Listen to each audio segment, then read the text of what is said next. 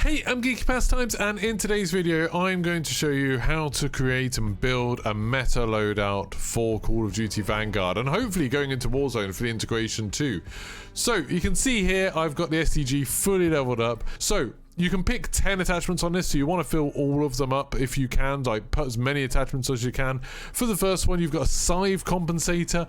If you're not going to be carrying a scythe with you, you don't really need that, so that's not so important. The mercury silence also I'd avoid, because anything made of mercury, you might know that mercury is actually a liquid at room temperature, so I'd probably avoid a silencer made out of mercury, because it's just going to drip off as soon as it warms up. The cord muzzle brake is more for musical instruments, that's not so great. So what you're going to get, you definitely don't want a recoil booster, because that's going to make your recoil worse. You're going to have like really high recoil. Let's do a flash hider, because then you can hide the flash. If the flash is in your team, which will obviously be really good, you can actually disguise him. It's like a stealth mode for the flash, so that's what we're going to pick. Then when we go on to the barrel, you've got really 4 choices here. You've got 2 VDD ones and 2 Krausnik ones. Now obviously one that says rapid sounds really good because you want your bullets to come out really quickly, but you also want them to be precise. These two, 2B and 5B, they're actually pencil types, so you don't really want like a soft pencil type being used in your barrel. I'd ideally like a barrel that's either precise or rapid. Now this one says that you get highly accurate and controllable and headshot damage, but reduced body damage and a reduced sprint to fire speed. This one says you get higher fire rate, but then, which would make sense with the rapid thing, but then reduced accuracy and a reduced sprint to fire speed. Well, this one says that you're getting reduced body damage, and let's face it, everyone's hitting everyone in the body. No one's getting those headshots in this, so let's go for the rapid barrel. Then for the optic, you get a million different optics, and the only way to pick the optic is to look at the one that looks the best. Now that one looks ridiculous. That looks like the back of a speedboat, and I just think it looks horrific. Those two are just iron sight, so that's obviously a troll. No one's going to pick an iron sight. The scopes are okay, but you don't really want a big chunky scope for an assault rifle, because you're not going to be sniping with this thing. That one's pretty cool because it's got a big torch on the top which lets you see in the dark. Apparently it's some sort of infrared torch, but whatever it is, it looks really cool. The sun filter's okay. There's a few other more complex scopes, but if you go right back up to the top, right in the top, you get this monocular reflector. Now everyone knows people with monocles are rich. People with monocles are successful. Therefore, if you have this, people will think you're rich and successful. You know, fake it till you make it. Let's wear a monocle. Then for the stock. Stock's what you use to make gravy, basically. So you want to try and find a kind of stock that will be a sort of gravy that you're planning to enjoy. Now this you've got folding, Constance Tactical, VDD-27 or VDD-34S. VDD sounds like a venereal disease, so we can just cross that straight away. You don't want that in your gravy. You don't want your gravy to have venereal diseases. So you're choosing between Constance and Krausnik. Personally, I would say Constance sounds a bit more like a chef. It sounds like the sort of fancy stocks that you'd see in a supermarket, maybe in Waitrose or somewhere like that. So that's the one we're going to go for. Then for the underbarrel, you've got a carver foregrip, which that's more for butchers and things like that, to protect your hand from knives, and you can see it's made from part of a chopping board. You've got a hand stop, which is going to stop your hand from resting underneath the gun. I think it's just to stop you holding it in case like that's a bad habit you've got, but we actually want to use a hand to steady the gun, so we're not going to do that. You've got a ready grip, which is actually made by the same people who used to make Ready Break, but now they're working on that. It's just a brand name for it. You can see it's made by some sort of leather strap, which is a bit weird. A bipod, a flashlight, a smile pistol grip, which doesn't look like a smile at all. That seems terrible. Strife angled, a bayonet, and a skeletal. Now, skeletal's like the cheap option. That's the one where they've forgotten to put the rest of it. You know, when you've got like a skeleton crew, it means that you haven't paid enough people to be working on it. So you definitely don't want the skeleton.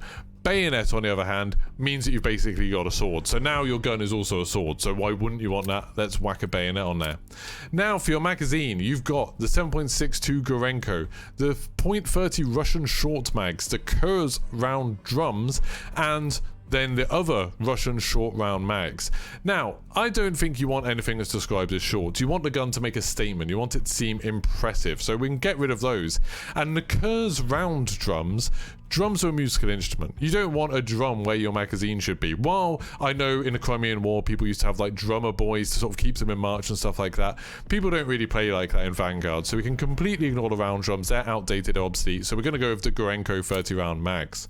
Then for the ammo type, you've got subsonic. That means they're slow, so these bullets are probably just going to dribble out the end of your gun and fall on the floor. Rubbish.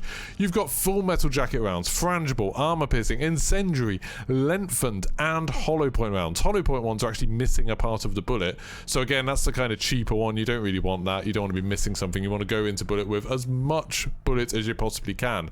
So for that, you probably want the lengthened bullets because they're just bigger. So the bigger bullets probably means the more damage. That probably means those are going to be the best ones for you. So pick that one. Then when you go for the rear grip, you've got a rubber grip, a taped grip, a leather grip, a fabric grip, a grooved grip, a hatched grip, a polymer grip, a pine tar grip, a granular grip, and a stippled grip.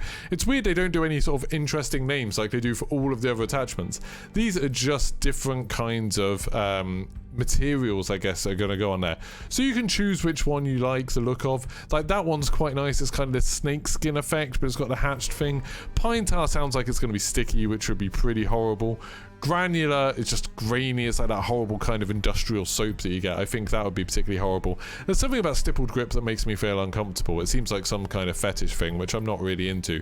So I think the grooved grip is what we're going to go for. If any of you have seen Evil Dead, when Ash puts a shotgun on his hand and says groovy, he then goes on to kill loads of zombies. So we're going to stick with that. The grooved grip it is for us. Then proficiency. I don't know how this is a gun attachment. This is just your ability to use a gun. But you can choose. Do you want pressure? This is going to make you stressed all the time. It's going to make you anxious. Not something you need in a battleground environment. You could be acrobatic, which is something to do, you know, maybe you can do front flips, maybe you can swing on trapezes, things like that. Not particularly useful in the environments that they've got in the Vanguard maps at the moment, but maybe with DLC maps, maybe we'll see more trapezes being added. You've got sleight of hand if you want to be a magician, but you don't because magicians are kind of weird, so you definitely want to avoid that. Nerves of steel sounds like a good thing, and there's a cool little picture of the Green Goblin there on it. But imagine if your nerves actually were steel. You'd be dead. Well, nerves being made of steel would be a very, very good conductor. I think being made of kind of the nerve tissue, or whatever you call them, synapses and things like that, is much better for you than having metal ones. Focus is obviously useful because reducing flinch when being hit. When you get shot with a bullet, you don't want to show up to all your friends that you're weak by flinching. You want to be like keeping completely straight face, completely stiff upper lip. So we're going to stick with that focus for your proficiency. Then finally, kit. So again, these are other things that go with it. It's a bit weird that, like, when you're picking your kit of basic training, I've never been in the army, but I assumed that they didn't do things like giving you lungs. Like, you didn't just go and pick up being like, oh yeah, I could do with an extra couple of lungs. But apparently that's what you can do.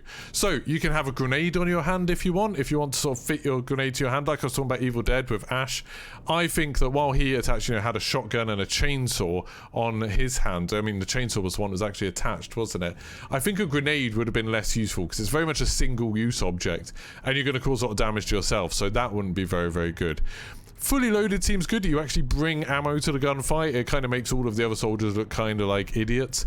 Reach is good, or it does look like it's reach by turning your hands into swords, which would give you more reach. It would let you attack people from further away. But bear in mind, some people are going to have guns in this fight, so that seems stupid. Now this one, surplus, it says earns additional XP for kills, but it actually shows you holding 3 guns. So that seems a bit like Mule Kick from Zombies. So why wouldn't you pick that? If you're going to be able to hold 3 guns, that's definitely one you want. And there you go. That is your loadout for the STG. And you can see that I've talked you through all of the issues. Hopefully you can use those same kind of principles to pick your loadout for every gun in the game.